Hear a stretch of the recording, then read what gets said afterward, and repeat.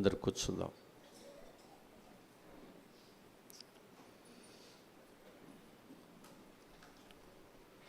గత రాత్రి మనము దేవుని యొక్క పోలికను గురించి మనం ధ్యానం చేస్తూ వచ్చాం. ఆ పోలికగా మనందరం కూడా మారటానికి దేవుడు ఇక్కడికి మనల్ని పిలుచుకున్నాడు. ఒకప్పుడు మన పోలిక సాతాను పోలికైతే, మొదటి ఆదాము పోలికైతే, శరీర సంబంధమైన పోలికైతే,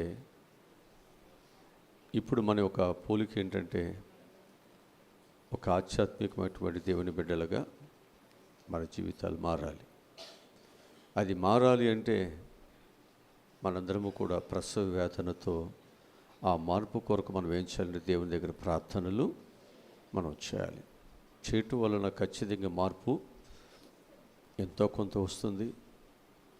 అది ఏమి నీ ప్రయాస వ్యర్థం మాత్రము కాదు అని చెప్పి నేను మీకు జ్ఞాపకం చేస్తున్నాను. వాక్య భాగంలో కొరింథీయులకు రాసిన మొదటి పత్రిక 15వ అధ్యాయము 50వ వచనం నుండి 57వ వచనం వరకు ఉన్న మాటలు చదువుకుందాం. సహోదరులారా, నేను చెప్పినది ఏమనగా రక్త మాంసములు దేవుని రాజ్యమును స్వతంత్రించుకొన నేరవు. అక్షయతను స్వతంత్రించుకొనలేదు. ఇదిగో మీకొక మర్మమును తెలుపుతున్నాను. మనమందరము నిర్ధరించము కానీ నిమిషములో ఒక రెప్పపాటున కడుబూర మ్రోగగానే మనమందరము మార్పు పొందుదము. బూర మ్రోగును, అప్పుడు మృతులు అక్షయులుగా లేపబడుదురు. మనము మార్పు పొందుదము. క్షయమైన ఈ శరీరము అక్షయతను ధరించుకొనవలసి ఉన్నది. మర్త్యమైన ఈ శరీరము అమర్త్యతను ధరించుకొనవలసి ఉన్నది. ఈ క్షయమైనది అక్షయతను ధరించుకునినప్పుడు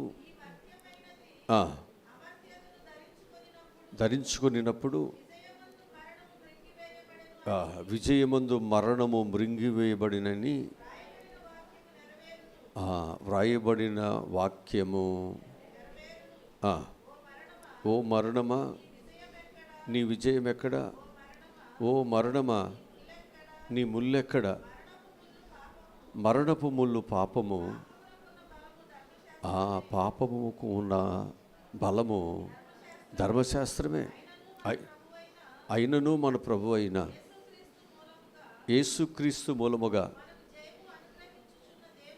మనకు జయమును అనుగ్రహించుచున్న దేవునికి స్తోత్రము కలుగునుగాక. చాలు. ఇక్కడ చాలా విషయాలని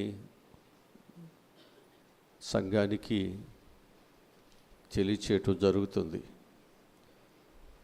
ఇక్కడ బోధిస్తున్నటువంటి మంచి మాట ఏమిటంటే, మనందరము కూడా క్షయమైనటువంటి శరీరములతో, క్షయమైనటువంటి లోకములో మన జీవితాలు ఉన్నాయి. ఇవన్నీ కూడా క్షయమైనవే. ఇవేవి నిత్యమైనవి కావు.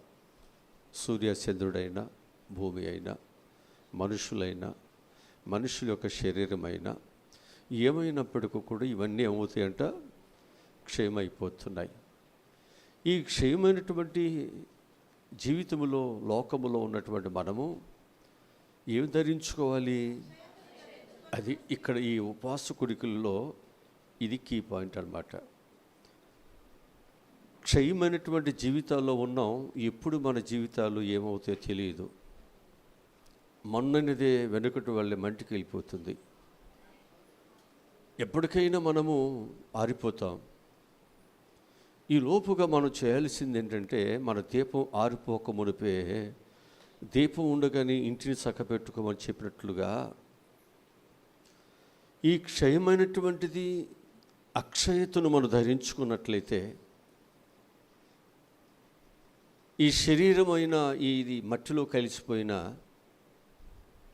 మనకు భయమేమి లేదు, మనకు బాధ ఏమీ లేదు. ఎందుకని అంటే అక్షయమైనటువంటి శరీరాన్ని దేవుడు మనకి ఇచ్చాడు కాబట్టి. ఈ శరీరానికి మరణం ఉంది, అక్షయతకు మాత్రం మరణమే లేదు.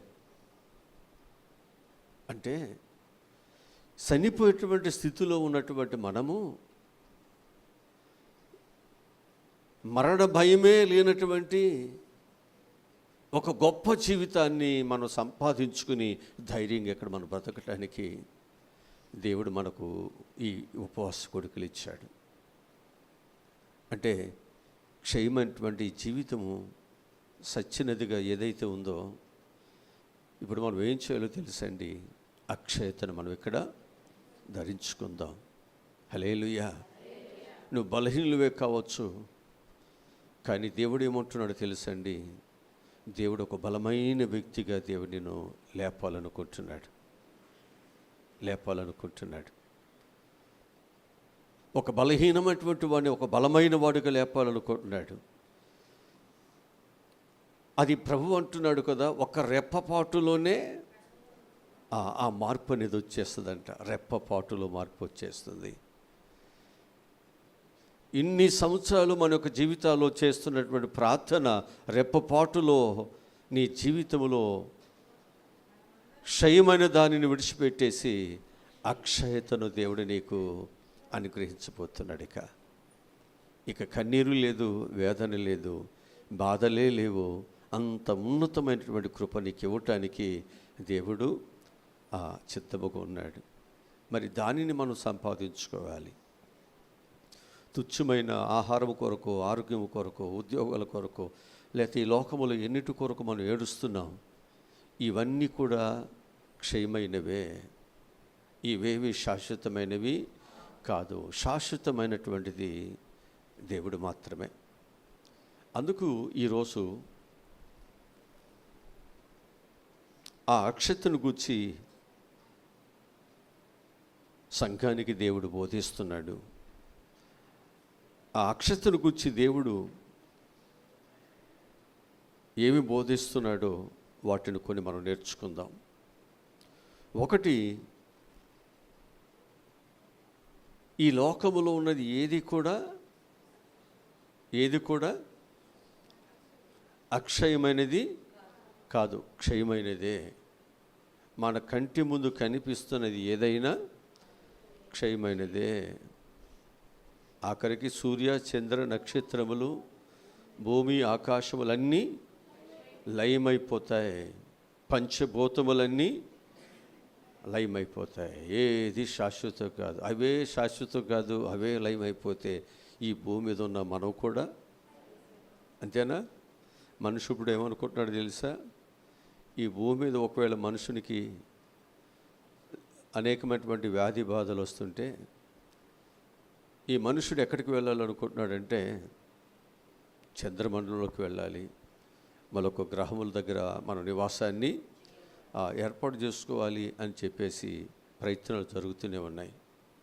కానీ ప్రభు చెప్పే మాట ఏంటంటే, ఈ భూమితో పాటు నీవు ఆలోచిస్తున్నటువంటి చంద్రమండలమైన, సూర్యమండలమైన, ఏ గ్రహమైనా ఏమైపోతుంది?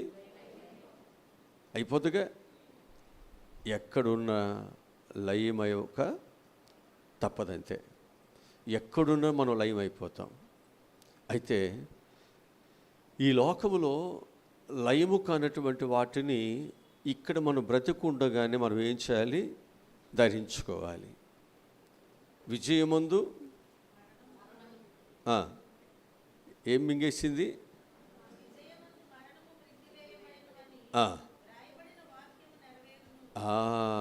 ఎప్పుడు? ధరించుకున్నప్పుడు. ఇంకప్పటి వరకు కూడా మరణం అనేది మన మీద పరిపాలన చేస్తుందిగా, పాపం అనేది ఇప్పుడు దానిని మనం ఏం చేయాలన్నమాట? జయించి ఏది ధరించాలి ఇప్పుడు మనం? అది దాని కొరకే దేవుడు నిన్ను ఇక్కడ పిలుచుకున్నాడు. పనికిమాల స్నేహాలు, పనికిమాలినటువంటి ఏమవుతున్నాయో ఇవి శాశ్వతం కాదమ్మా. శాశ్వతమైనది దేవుని సంబంధమే, దేవునితో మనకుండే బాంధవ్యమే. దాని కొరకు మనం ఏం చేయాలంటే ఇక్కడ నిత్యము బ్రతిమలాడుకోవాలి, ప్రార్థించాలి, గోజాడుకోవాలి. ఎందుకంటే సామాన్యమైనది కాదు. ఈ శరీరము మనల్ని ప్రార్థన చేయనివ్వదు, భక్తిగా ఉండనివ్వదు. ఇక్కడ బాగానే ఉంటాం, చాలా మనం దేవుణ్ణి చాలా ప్రేమిస్తాం. ఇక్కడ ప్రేమించిన వారు ఎవరు ఉండరు. కానీ బయటికి వెళ్ళిన తర్వాతే మన మనసుని పాడు చేస్తుంది, మన ఆలోచనలు పాడైపోతాయి. ఇక్కడ ఉన్నటువంటి ఆ భక్తి, ఆ ప్రేమ, ఆ విశ్వాసము బయటికి వెళ్ళేసరికి అది బలహీనమైపోతుంది. ఇలా మన జీవితాలు మనం ఏమైపోతున్నామంటే చేయదగినటువంటి భక్తి భావాలతో దేవుని బిడ్డలుగా మన మార్పులోనికి రాలేకపోతున్నాం. అందుకే మన జీవితాల్లో ఏం చేయాలంటే ఆ మార్పులోకి వెళ్ళాలంటే నిన్ను అలాగూ మార్చివేసే నీ శరీరం ఏదైతే ఉందో దాన్ని మనం ఏం చేయాలో తెలుసండి. ఈ ఉపవాసముల ద్వారా, ప్రార్థన ద్వారా దానిని మనము నలగగొట్టుకుంటూ దేవుని కృప పొందుకోవటానికి మనం ఒక్కొక్క అడుగుని ముందుకి వేయగలిగితే ఖచ్చితంగా విజయము మరణమందు అంతేనా? ఖచ్చితంగా మనకు విజయం వస్తుంది.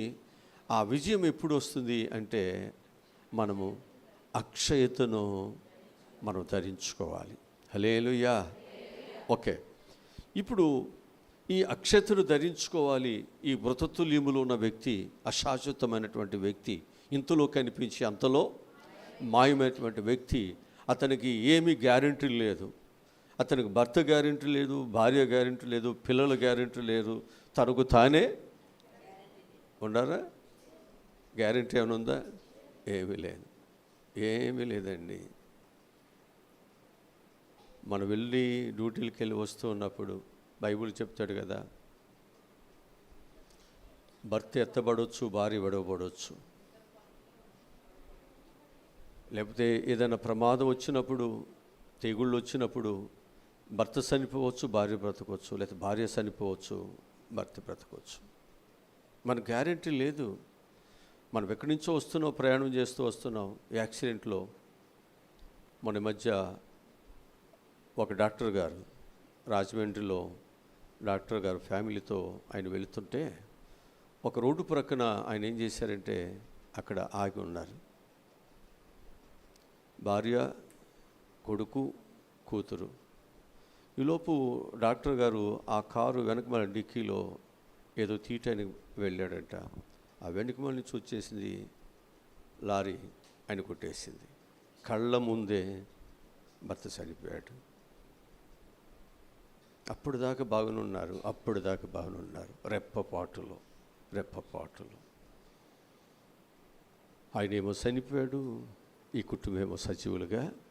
ఏం చేయాలి? ఒక క్షణము ఏం చేయాలో అర్థం కాని పరిస్థితి. అంతేనండి.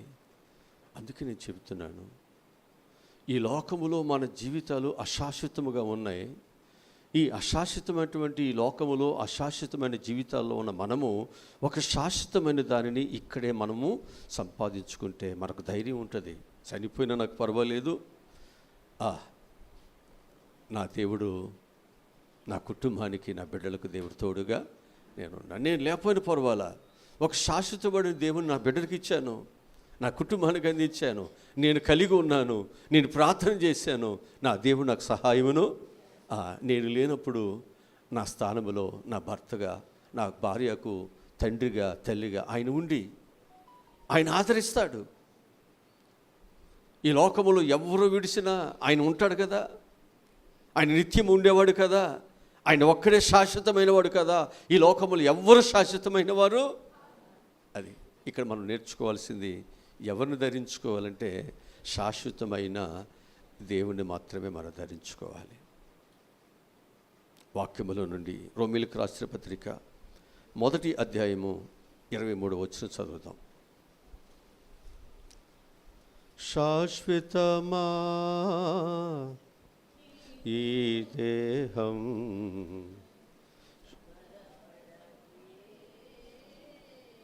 ఓ మనసా శాశ్వతమా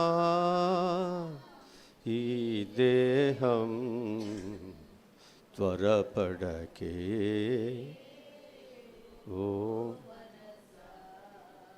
హల్లెలూయా. మన మనసు అంట ఏదో శాశ్వతంలాగా త్వరపడిపోద్దంట. అది నాది, ఇది నాది, అది నాది, ఇది నాది, ఏదో నాది, ఏదో నాది, ఏదో నాది. ఏది మన వెంట ఏది రాదండి. చదువుదాం. వారు అక్షయుడకు దేవుని మహిమను క్షయమగు మనుషుల యొక్కయు పక్షుల యొక్కయు పురుగుల యొక్కయు ఎవరిని? దేవుని యొక్క స్వరూపానంట, దేవుని యొక్క స్వరూపాన్ని, దేవుని యొక్క మహిమను మనుషులు ఏం చేశారు? మార్చేసి అంటారు, మేము ఈ చెట్టులో చూస్తున్నాం, ఈ కప్పలో చూస్తున్నాం, ఈ రాయిలో చూస్తున్నాం, మేము దీనిలో చూస్తున్నాం అంటారు. అసలు దేవుడికి వాటికి సంబంధం ఏంటి? అసలు దేవుని మహిమ ఏంటి? ఆ మహిమ ఏంటి? ఇప్పుడు దేవుడు ఎవరిలో చూడాలని చెబుతున్నాడు? ఆ మహిమను మనలో కనుపరచాలి. ఎందుకని? ఆయన రూపము నీవై ఉన్నావు. ఇప్పుడు నీ రూపము నీ బిడ్డలో కనిపించాలి. ఎవరి బిడ్డలో ఎలా కనిపిస్తుంది? అంతేనా? మీ తల్లిదండ్రుల యొక్క రూపము నీ పిల్లల్లోనో లేకపోతే నీ మనవల్లోనో కనిపిస్తుంది. ఇంకెక్కడ ఎందుకు కనిపిస్తుంది? కనుక దేవుని యొక్క రూపాన్ని మనము దేనిలోనూ చూడటానికి, దేనికి ఇవ్వటానికి వీలు లేదు. మనుషుడు ఆ విధంగా ఏం చేస్తున్నాడంట? దేవుని యొక్క మహిమను మార్చేస్తున్నాడు. మనుషుడు మార్చేస్తున్నాడు. ప్రభువు అంటున్నాడు, నాకు రావాల్సిన మహిమను నేను ఎవరికి అంతే. నువ్వు ఎక్కడ చూడొద్దు, నేనే దేవుడును, మొదటి వాడిని, కడపటి వాడిని నేనే, నేను తప్ప వేరొక దేవుడు మీకు అంతే. ఏకైక దేవుడికి ఆయన ఒక్కడే. ఆయనకి దేనిలో నువ్వు చూడటానికి వీలు లేదు, దేనికి కూడా ఆయనని నువ్వు ఆపాదించడానికి వీలు లేదు. చెప్పాం కదా, దేని రూపము దానిదే, దేని మహిమ దానిదే, దేని మాంసం దానిదే, దేని దానిదే. దేనిని దేనితో కలపటానికి వీల్లేదు. ఇక్కడ మనుషులందరూ ఉన్నా మనుషులందరికీ ఒకే విధమైనటువంటి రక్తం ఒకే కలర్లో ఉన్నా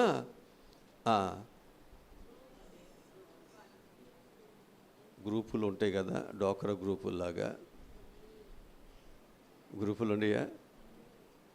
ఉంటాయి. గ్రూపులు ఎందుకు ఉండవండి, మనకు బోర్డు గ్రూపులు ఉంటాయి. కనుక ఆ గ్రూపు బ్లడ్ మాత్రమే ఎక్కించాలి. ఎర్రగా ఉందిగా, ఏదైతే ఏం పోయిందిలే, చచ్చిపోతున్నాడు కానీ ఎక్కిస్తే చచ్చిపోతాడు. పని చేయదు. నీ వాసన వేరు, నా వాసన వేరు. చెమట పడితే అందరి దగ్గర వచ్చే ఆ దుర్వాసనే, కానీ దానిలో మళ్ళీ డిఫరెన్స్. ఆ డిఫరెన్స్ లేకపోతే కుక్క ఎందుకు వాసన పడుద్ది? దొంగోడు వాసన.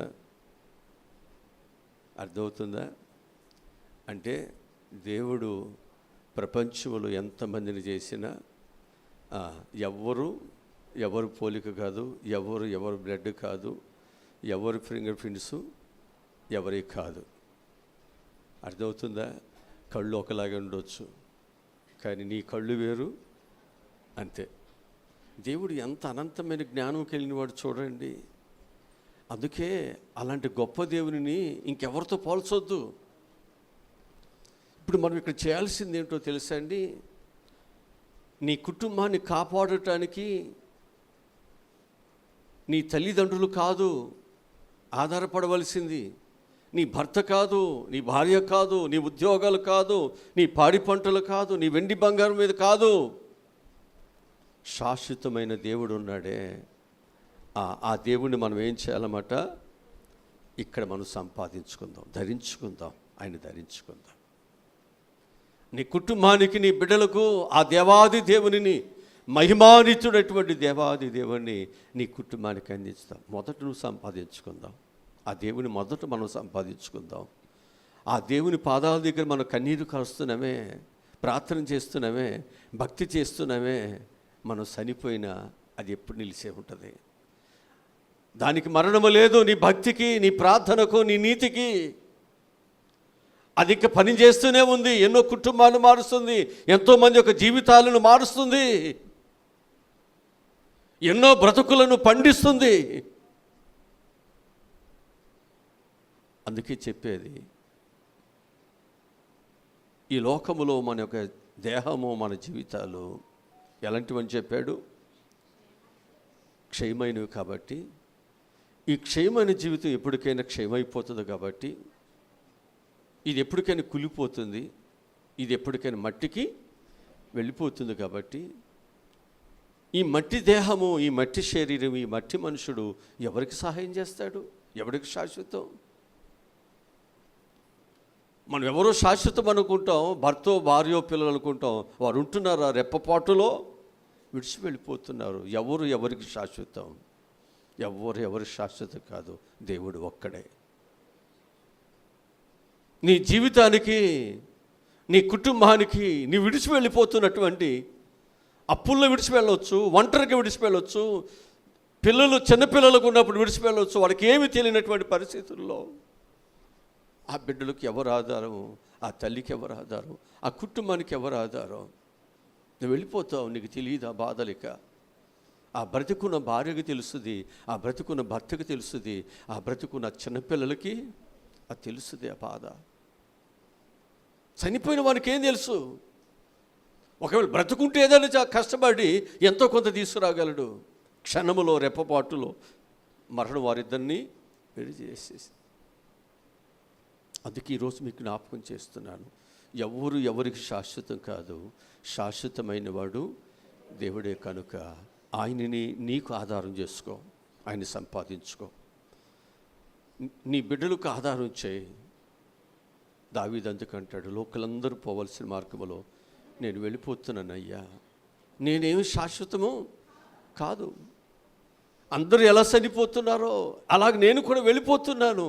మీరందరూ దేవుని మాట వినండి, ఆయన మార్గంలో ప్రయాణము చేయండి.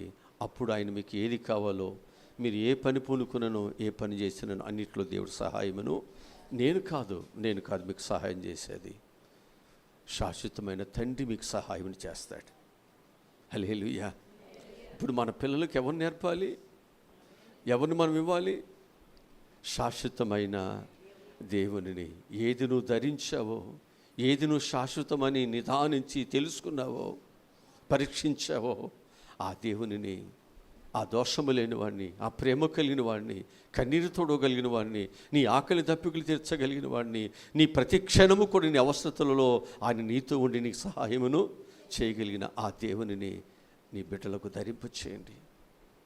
ఆ బిడ్డలను అప్పగించండి, ఆ దేవుని గురించి చెప్పండి. నువ్వు త్రోవలో వెళ్ళేటప్పుడు చెప్పాలి. నీ బిడ్డలకు కథలుగా దేవుని గురించి చెప్పాలి. నువ్వు ఈరోజు మనకి ఈ స్థితి కలిగిందంటే దేవుడే ఎన్నో కష్టాల నుండి, ఎన్నో బాధల నుండి నేను కూడా దేవుడు ఇప్పుడు వరకు పోషించాడయ్యా. ఏమీ లేదు, తింటారు లేదు, ఉంటారు లేదు మన జీవితాల్లో. ఈరోజు ఇవన్నీ దేవుడే మనకిస్తున్నాడు.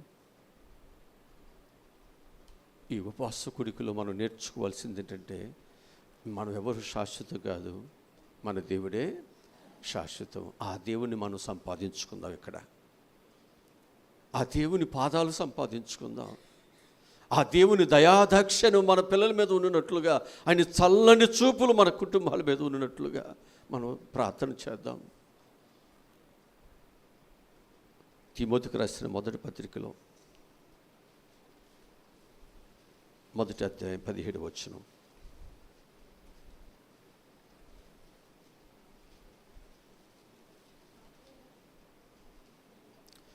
తిమోతికి రాసిన మొదటి పత్రిక 1వ అధ్యాయం.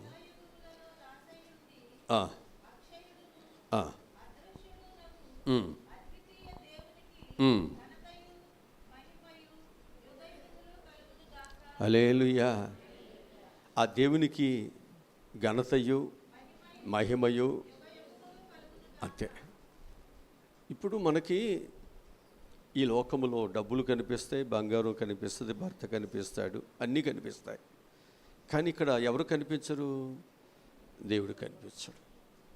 ఇప్పుడు ఈ కనిపించేవన్నీ శాశ్వతం అనుకుంటాం, ఈ కనిపించేవన్నీ నాకు ఉంటే బాగుండు అనుకుంటాం.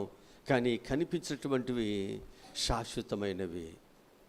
అదే అంటాడు కదా, దృశ్యమైనవి అనిత్యములు, అదృశ్యమైనవి నిత్యములు. హెబ్రీయులకు రాసిన పత్రికలో చెప్తాడు కదా, దృశ్యమైనవన్నీ అనిత్యములు, ఏవి శాశ్వతమైనవి కాదు, అదృశ్యమైనవి నిత్యమైనవి. అందుకే నేను దృశ్యమైన వాటి మీద మనసు పెట్టలేదు, అదృశ్యమైన వాటిని కొరకు నేను అబ్రహాము అలాగే అదృశ్యమైన దాని కొరకు అయినా పునాదులు కలిగిన పట్టణం అన్నాడు, దాని కొరకు నేను ఎదురు చూస్తున్నాను. ఒక పునాది కలిగినటువంటి, ఒక శాశ్వతమైనటువంటి దేవునిని మనం సంపాదించుకోవటానికి ఇక్కడ కడుపు కట్టుకుని ఇక్కడ ప్రార్థన చేస్తూ ఉంటున్నావు. ఒకవేళ నీవు లేకపోయినా, నీవు సంపాదించినటువంటి ఇల్లు లేకపోయినా, లేకపోతే ఆస్తి లేకపోయినా, బంగారం లేకపోయినా, ఉద్యోగం లేకపోయినా, నీ భర్త లేకపోయినా, తల్లిదండ్రులు లేకపోయినా, బిడ్డలు లేకపోయినా, అన్నదమ్ములు ఎవరు లేకపోయినా, దేవుడు శాశ్వతం. ఆయన ఉంటాడు. ఆయన ఉన్నవాడును అనువాడు. ముదివి వరకు కూడా నీ కుటుంబానికి, నీ బిడ్డలకు దేవుడు తోడుగా ఉంటాడు. తల్లి అయిన మరచునేమో నేను నిన్ను మరువను, చూడుము నా అరచేతులలో నిన్ను చెక్కియున్నాను. తల్లి అయిన మరచునేమో నేను నిన్ను, చూడుము నా అరచేతులలో నిన్ను చెక్కియున్నాను. నీ పాదము తొట్టిల్ల నీయడు, నిన్ను కాపాడువాడు కునుకడు నిదురపోడు అని చెప్పి వాగ్దానము చేసిన యేసయ్యా. హల్లెలూయా. మన ప్రభు ఎప్పుడు మనకు తల్లిగా, తండ్రికి ఉంటాడు. మన తల్లిదండ్రులు మనం ఎవరు లేకపోవచ్చు, కానీ మన దేవుడు ఎప్పుడు మనకు తోడుకుంటాడు. ఆయనని మనం ధరించుకుని ఆ శాశ్వతమైన ఆస్తిని మన బిడ్డలకు అందిస్తే అది ఎప్పుడు మన పిల్లలకి, అది ఎప్పుడు అమూల్యమైన ఆస్తిగా ఉండిపోద్ది. అది దొంగలు ఎవరు దొంగిలించలేరు. నీ పిల్లలకి ఎవరు ఆయన నుండి ఎవరు కూడా దొంగిలించలేరు. అందుకే మన పిల్లలను ఎవరి చేతులు పెడదాం? శాశ్వతమైన దేవుని చేతులు పెడదాం. హల్లెలూయా, హల్లెలూయా. అక్షయునటువంటి దేవుడు కంటికి ఒకవేళ కనపడకపోయినప్పటికీ ఆయన అద్భుతమైన కార్యాలు మన కొరకైనా చేస్తాడు. కంటికి కనిపించకపోవచ్చు, కానీ నువ్వు ఇక్కడ పిలుస్తున్నా, నువ్వు ప్రార్థిస్తున్న ప్రతిదీ ఆయన వింటున్నాడు. మన మధ్యనే ఉన్నాడు. ఆత్మస్వరూపిగా మన మధ్య సంచారం చేస్తున్నాడు. నీ భక్తిని, నీ ప్రార్థనను కొలుస్తున్నాడు. నీకు వెంటనే సహాయమును చేయాలని ఆయన సహాయముతో నీ దగ్గరికి వచ్చాడు. ఈ ఉపవాస కూడికలు సామాన్యమని కాదు. అందుకే అశ్రద్ధగా చేయొద్దు. శ్రద్ధగా చేయండి, జాగ్రత్తగా చేయండి, భక్తితో చేయండి. అది కొంచెమైనప్పటికీ కూడా అది నీకు బలమునిస్తుంది. ప్రోటీన్స్తో ఉండేటువంటి భోజనం కొంచెమైనా అది నీ శరీరానికి కావలసిన ఇస్తుంది. ప్రోటీన్స్ లేనటువంటి భోజనం ఎంతైనా కడుపు నిండా ఉండట్టు ఉంటుంది, కానీ ఆ శరీరానికి కావలసిన ప్రోటీన్స్ లేక నీకు శక్తి ఉండదు. ఒక్క మాట, దేవుని మాట, ఒక చిన్న ప్రార్థన నేను బ్రతికిస్తుంది, నీ కన్నీటిని మార్చేస్తుంది. హల్లెలూయా. రెండవది అక్షయమైన యేసుక్రీస్తు యొక్క రక్తము. యేసుక్రీస్తు యొక్క రక్తం ఎలాంటిది? అక్షయమైనది. మనిషి యొక్క రక్తము అనేకమైనటువంటి కలుషితముతో, రోగాలతో నింపబడింది. మనుషుని యొక్క రక్తంలో రోగాలు ఉన్నాయా? మనుషుని రక్తంలో రోగాలు ఉన్నాయా? ఉన్నాయి. అన్ని రక్తాలు అందరికి ఉపయోగపడవు. కానీ యేసుక్రీస్తు యొక్క రక్తములో ఏమి లేదు? కలుషితం లేదు. అందుకే ఈ రక్తము ఏ బ్లడ్ గ్రూప్ వాళ్ళకైనా ఉపయోగపడద్ది, అందరికి ఉపయోగపడద్ది, ప్రతి ఒక్కరికి సహాయం చేస్తుంది. నీ బ్లడ్ గ్రూప్ ఎవరికి సహాయపడదు, నీ బ్లడ్ గ్రూప్ వాళ్ళకే సహాయపడద్ది. కానీ యేసుక్రీస్తు యొక్క రక్తం మాత్రం అన్ని బ్లడ్ గ్రూపులకి. హల్లెలూయా. అందుకే ఆయన సపరేట్ అండి, ఆయన రక్తమే సపరేట్ అయితే. అందుకే ఆయన రక్తము ప్రతి ఒక్క మనిషిని కడుగుతుంది, పాపముల నుండి విడిపిస్తుంది, కన్నీరు తుడుస్తుంది, పరిశుద్ధులుగా చేస్తుంది, నీతిమంతులుగా చేస్తుంది, అనేక ఆశీర్వాదములను అనుగ్రహిస్తుంది. అందుకే శాశ్వతమైనది ఏది అంటే ప్రభు యొక్క రక్తమే. మనమేమనుకుంటామంటే మన రక్త సంబంధాలు ఉన్నాయే, మన బంధాలు ఉన్నాయే, మన వాళ్ళని ఉండాలి, ఆడు మనం తింటే ఓర్చుకోలేడు, మనం ఉంటే ఓర్చుకోలేడు, మనకు ఉంటే ఓర్చుకోలేడు, మన ఎర్రగా ఉంటే ఓర్చుకోలేడు, వీడు నల్లగా ఉంటే ఓర్చుకోలేడు, సంపాదించుకోలేడు. వీడి రిలేషన్ మనకి ఎందుకే అండి? మన ఎవరి రిలేషన్ కావాలి? నువ్వు బహుగా ఫలించుట నాకు ఇష్టము, నీ కొరకు ఆఖరి బట్టు వరకు నీ క్షేమం కొరకు ఆయన రక్తాన్ని కారుస్తున్నాడు. అందుకే ఆయన బ్లడ్ రిలేషను, ఆయన యొక్క రక్త సంబంధము, ఆయనతో ఉన్నటువంటి బాంధవ్యము. ఇప్పుడు ఇక్కడ ఉన్నటువంటి బాంధవ్యం ఏమవుద్ది? చనిపోయిన వాళ్ళకి ఇక రిలేషన్ ఉంటుందా? అదే మనం చనిపోయినను బ్రతికినను క్రీస్తు వారం కదా, ఆయనతో ఉన్న సంబంధం తెగిపోద్దా? తెగదు. హల్లెలూయా. అందుకు ఇప్పుడు ఏ బ్లడ్ రిలేషన్ మనకు కావాలి? దాని కొరకు ఇక్కడ మనందరం ఏం చేయాలి? సంపాదించుకోవాలి. ఏం సంపాదించాలి? ఒకటి, దేవుని సంపాదించాలి, ఆయన శాశ్వతమైన వాడు. రెండవది ఏం సంపాదించుకోవాలి? ఆయన రక్తాన్ని సంపాదించుకోవాలి. ఆయన రక్తంలో, ఆయన శరీరంలో మనం ఏం చేయాలి? సంపాదించుకోవాలి. ఇది మనకు కావాలి. ఇది తిను త్రాగువాడే నిత్య రాజ్యమునకు అంతే. హల్లెలూయా. అది పరిశుద్ధమైనది, దానిలో ఏ కళంకమైనను మచ్చ అయినను రాగైనను ఏది లేదు, విలువైనటువంటిది. దీన్ని సంపాదించుకుందాం. ఇది సంపాదించుకోవాలంటే అందరూ తాగొచ్చా? ఎవరు త్రాగాలి? రక్షణ పొందాలి, ప్రభుని తన నోటితో ఒప్పుకోవాలి, తన పాపములను ఏం చేయాలి? ఒప్పుకొని విడిచిపెట్టాలి. అంతేనా? వీళ్ళు మాత్రమే దాన్ని తీసుకుంటూ, ఆ రక్తము తీసుకునేటప్పుడైనా కనీసం భయము కలిగి, నేను ఈ పాపము, నేను దేవుని కలిగి ఉన్నాను, బైబిల్ పట్టుకున్నాను, నేను దేవుని బిడ్డనని ముద్ర వేసుకున్నాను కనుక నేను ఈ పాపము చేయకూడదు అనేటువంటి కాస్త కూస్తూ భయం అని ఉంటుంది. లేకపోతే మనకు మనుషులు భయం లేకపోవచ్చు, భర్త భయం లేకపోవచ్చు, తల్లిదండ్రులు భయం లేకపోవచ్చు, లేకపోతే భార్య భయం లేకపోవచ్చు, అన్నదమ్ముల భయం లేకపోవచ్చు. ఎవరి భయం ఉంటుంది? దేవుని భయం ఉంటుంది. అందుకే మనకి ఈ లోకములో నిన్ను నన్ను చెడిపోకుండా కాపాడేది ఏది అంటే యేసు యొక్క రక్తమే. ఇప్పుడు మనందరం ఏం సంపాదించుకోవాలి? హల్లెలూయా. పేతురు రాసిన మొదటి పత్రిక 1వ అధ్యాయం 19 వచ్చి చదువుదాం. పేతురు రాసిన మొదటి పత్రిక 1వ అధ్యాయము 19 వచనం. అనగా నిర్దోషమును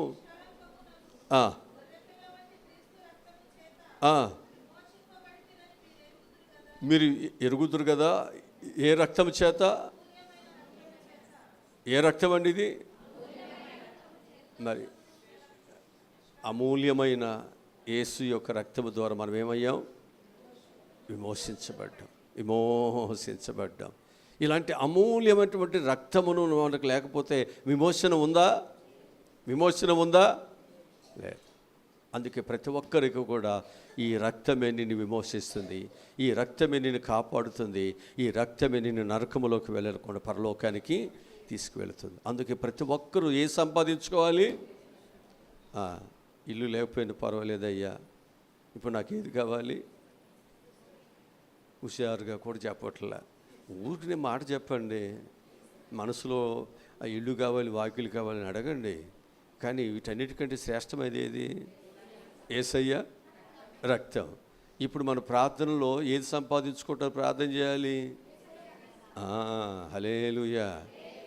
ఇన్ని చెబుతున్నాను, ఇవన్నీ పక్కన పెట్టేసి ఇల్లు కావాలయ్యా, ఉద్యోగం కావాలయ్యా, మా భర్తను మార్చయ్యా, 2 పూట్ల పనికి వెళ్ళి డబ్బులు తెచ్చుకొచ్చి తెచ్చేయ్యా, అప్పులు తీసేయ్యా, వీటన్నిటికంటే యేసయ్యని మనం సంపాదించుకుందాం కదా. యేసయ్య యొక్క రక్తాన్ని సంపాదించుకుందాం. అమూల్యమైన రక్తము, నిష్కళంకమైన రక్తము, యేసు రక్తము, రక్తము, యేసు రక్తము, రక్తము, రక్తము. హల్లెలూయా. కనుక యేసుక్రీస్తు యొక్క రక్తము అక్షయమైనది కనుక అది కనపడదు, కానీ అనేకులను ఏం చేస్తుంది? శుద్ధి చేస్తుంది, కడుగుతుంది, పరలోకానికి వారిని తీసుకువెళ్తుంది. అందుకే దీనిని మనం సంపాదించుకుందాం. ఇక మూడవదిగా మనం చూసినట్లయితే అక్షయమైన వాక్యము. ఈ వాక్యం ఏంటంటే అక్షయమైనది, క్షయమైనది కాదు. ఇది క్షయమైనది కాదు. ఇది ఎప్పుడు నిలిచి ఉండేదే. వాక్యం ఎప్పుడు నిలిచి ఉంటుంది. ఈ వాక్యానికి మరణమే లేదు, వాక్యానికి మరణం లేదు. అందుకు మనం ఏమి సంపాదించుకోవాలి? ఎప్పుడు సంపాదించుకోవాలి? బ్రతికి ఉండగానే. చచ్చిపోయిన ఆయనకి పెద్ద పెద్ద బాక్సులు పెట్టి చెవుడి దగ్గర పెద్ద స్వరంతో వాక్యం చెప్పిన వింటాడా? ఏమన్నా ఆయన చెవులోకి వెళ్ళొద్దా? మరి ఎవరి చెవులోకి వెళ్ళొద్ది? బతుకున్నవుడి చెవులోకి వెళ్ళొద్ది. అందుకే దేవుడు మనతో మాట్లాడుతున్నాడు. మనం ఎప్పుడో చనిపోతాం.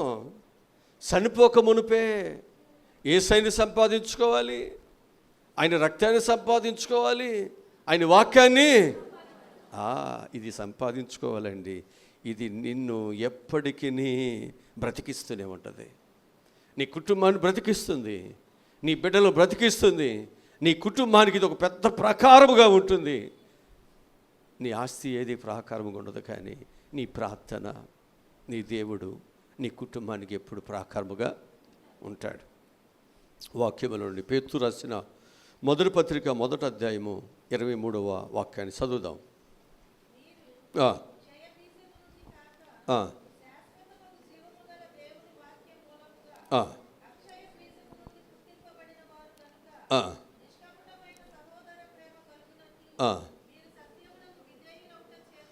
దేని చేత వీళ్ళు పుట్టారంట? హల్లెలూయా. ఇది ఈ వాక్యానికి ఏం పేరు పెట్టారు? శాశ్వతమైన దేవుని వాక్యము, దేవుని మాట. దేవుని మాట మనల్ని ఏం చేస్తుంది? బ్రతికిస్తుంది. అందుకే ఈ మాట విన్నవాడు మరణమును దాటి జీవులోకి వెళ్ళిపోయాడు. ఈ వాక్యాన్ని ఎవరైతే వింటారో ఇక వారిలో మరణము లేదు. అంటే మరణానికి తగినటువంటి హేతువైనటువంటి పాపం ఏది లేదు. ఇక మాట వింటున్నాడు కదా, ఇక మరణ సంబంధమైనటువంటి మార్గాల్లోకి ఎందుకు వెళ్తాడు? దేవుని వాక్యము వాడిని ఏం చేస్తుంది? వాటిలోకి వెళ్ళకుండా బ్రతికిస్తుంది కదా. హల్లెలూయా, హల్లెలూయా. కనుక ఇప్పుడు మనం ఏం సంపాదించుకోవాలి? వాక్యం అనేది ఉంటే నువ్వు సావకుండా నిన్ను బ్రతికిస్తుంది. అది లేకపోతే చచ్చిపోతావు. హల్లెలూయా. నిద్రుండో చచ్చిపోతావు, డబ్బులుండో చచ్చిపోతావు, బలం ఉండో చచ్చిపోతావు, జిమ్ బాడీ అయినా చచ్చిపోతావు, ఉదర పొట్టుండా చచ్చిపోతావు. లేదండి నాకు జిమ్ బాడీ అండి, బాగా నేను జిమ్ చేస్తున్నాను, చచ్చిపోడా? కండ్లుంటే బతుకుతాడా? బాగా బస్తాలు వేపేస్తే బ్రతికిపోతాడా? చచ్చిపోతాడండి ఎప్పటికైనా. మనిషివిరా నీవు, మనిషివి. మనిషి ఎప్పటికైనా ఏమైపోతాడు? మట్టే కాబట్టి మన్ను అయిపోతావురా. ఎప్పటికైనా ఏమైపోతావు? మన్ను అయిపోతావు. అందుకని మనిషిని పట్టుపరుపుల మీద ఉన్నా, ఎక్కడున్నా, ఏ స్థలంలో ఉన్నా తిరిగి ఎక్కడికి వస్తాడు? మట్టి పరుపుకి వస్తాడు. అక్కడ పడుకుంటాడు. ఇక ఆయనకి పరుపు లేకపోతే పడుకోడండి. అక్కడ ఏ పరుపు ఉంటుందండి?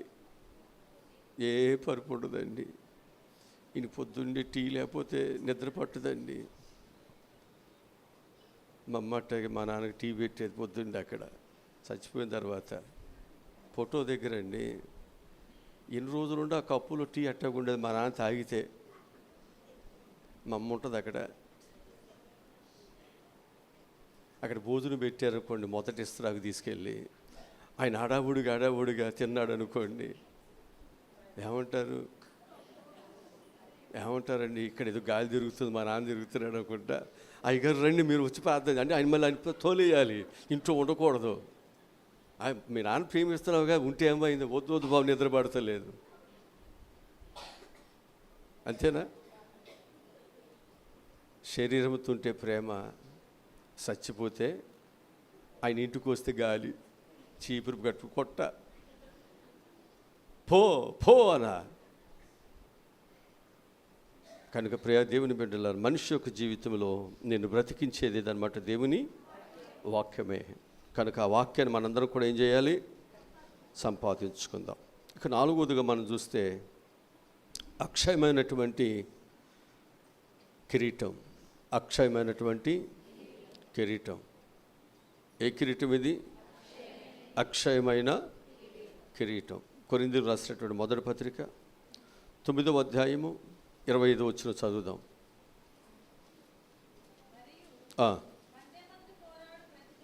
ప్రతివాడు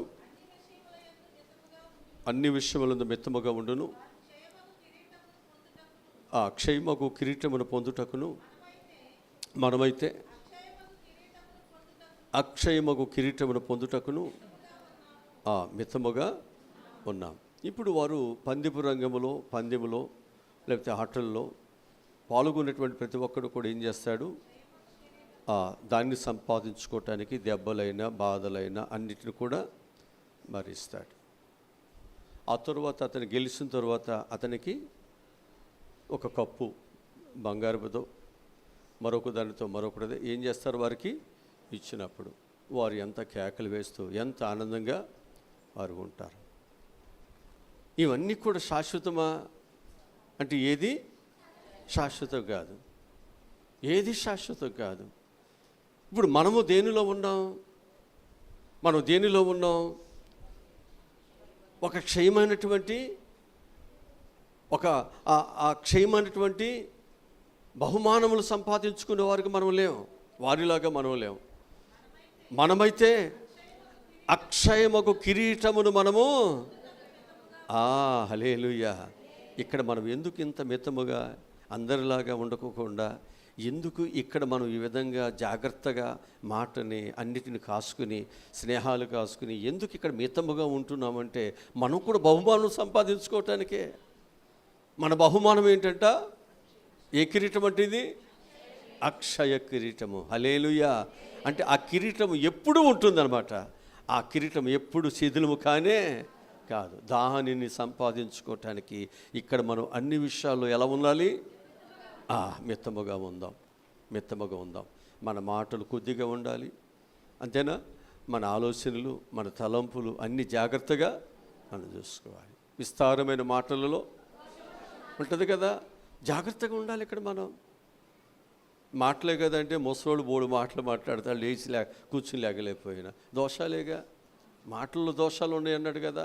జాగ్రత్త, మన జీవితాల్లో జాగ్రత్తగా ఉండాలి. అది ఉండటానికి ఇక్కడికి దేవుడు మనలను పిలుచుకున్నాడు. లేకపోతే నీకు బహుమానం పోగొట్టుకుంటావు.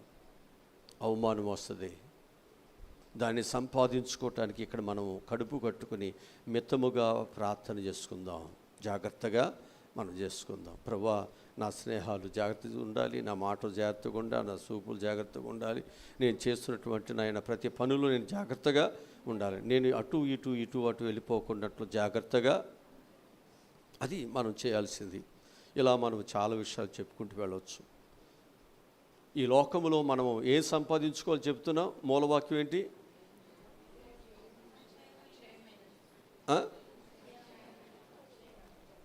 ఏంటో మరి, ఏదైనా డబ్బులు అయితే బలి చెప్పేసేవాళ్ళు.